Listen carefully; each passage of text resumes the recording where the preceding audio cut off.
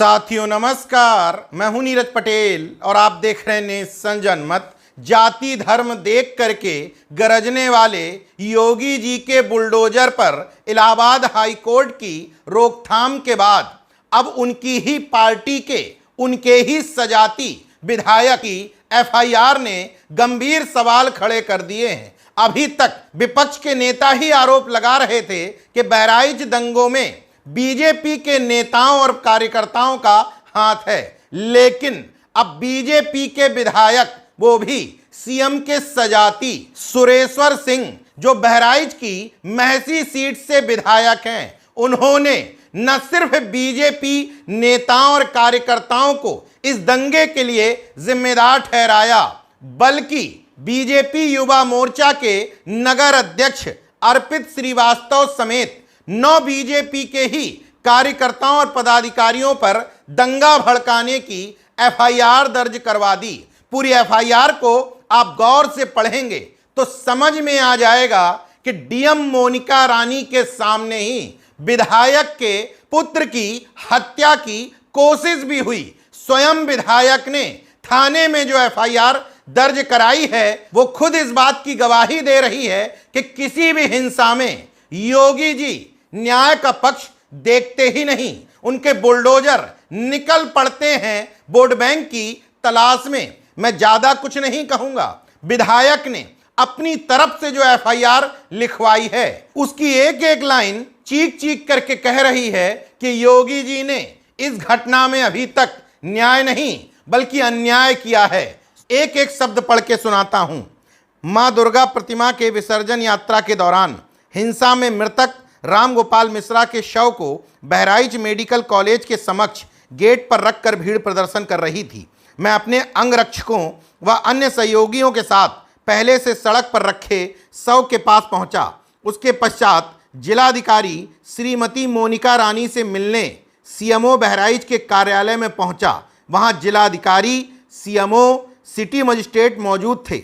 उनको साथ में लेकर मृतक राम गोपाल के शव के पास पुनः पहुंचे। वहां परिवार व गांव के लोगों से बातचीत करके मृतक रामगोपाल के शव को लेकर हम लोग मोर्चरी जाने लगे। तभी कुछ उपद्रवी, जिसमें अर्पित श्रीवास्तव, ये भारतीय जनता पार्टी युवा मोर्चा के नगर अध्यक्ष हैं, अनुज सिंह रैकवार, शुभम मिश्रा, कुसुमेंद्र चौधरी, मनीष चंद्र शुक्ल, पुंडरीक पांडे, सुधांशु सिंह राणा आदि सैकड़ों लोग मुर्दाबाद के नारे लगाने लगे एवं गाली गलौज करने लगे। हम लोगों ने शव को लेकर मोर्चरी में किसी तरह रखाया।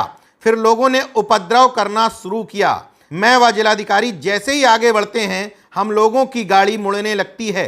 उपरोक्त लोगों द्वारा गाड़ी को रोकने एवं शेष बचे लोगों को जान से मारने की नीयत से पत्थर अद्धा चलाने लगते हैं।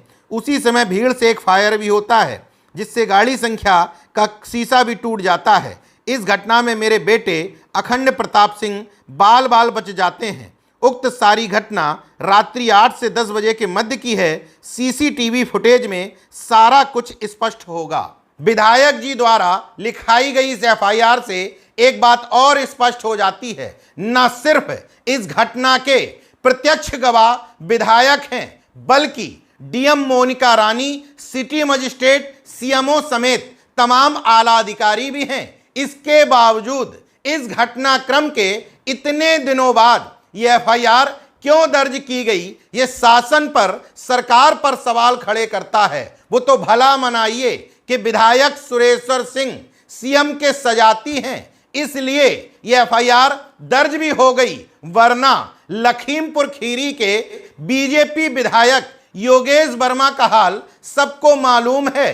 सरेआम एक ठाकुर समाज का वकील उनको थप्पड़ जड़ता है। उनकी पत्नी एक दूसरे बीजेपी के व्यापारी नेता को पीटते हुए कैमरे में रिकॉर्ड हो जाती है। इसके बावजूद 6 दिन बाद हाथ पैर जोड़ करके किसी तरीके से विधायक और उनके समर्थक एफआईआर तो दर्ज करवा लेते हैं, लेकिन किसी की हैसियत नहीं कि बीजेपी से निष्कासित करने के बावजूद इन दोनों ठाकुर दंपत्ति को गिरफ्तार कर सके। अब बहराइच हिंसा के 2 साक्ष्य आपके सामने मौजूद हैं। राम गोपाल मिश्रा साफ साफ वीडियो में कैद हुए थे एक धर्म विशेष का झंडा हटाते हुए। अब बीजेपी के विधायक ने खुद मान लिया कि बीजेपी के ही नेता और कार्यकर्ता दंगा भड़काने में लगे हुए थे। इसका मतलब यह नहीं कि महज इस पक्ष की गलती है, उस पक्ष की भी गलती है। धर्म के विवाद में किसी की हत्या नहीं करनी चाहिए थी, लेकिन इतना तो प्रूफ हो जाता है कि महज ये पक्ष आरोपी नहीं है, इस पक्ष ने भी दंगा भड़काने में बढ़ चढ़कर हिस्सा लिया है। अगर विधायक जी ये एफआईआर दर्ज ना करवाते तो बहराइच की सच्चाई लोगों के सामने आ ही ना पाती, मगर अभी महज एफआईआर दर्ज हुई है। देखना यह होगा इस एफआईआर के बाद योगी जी के रवैये में कुछ तब्दीली होती है या उनका सांप्रदायिक अन्याय इस घटना में बदस्तूर जारी रहता है। देखते रहिए नेशन जनमत, जागरूक और सजग बने रहिए। जय विज्ञान, जय संविधान, जय लोकतंत्र।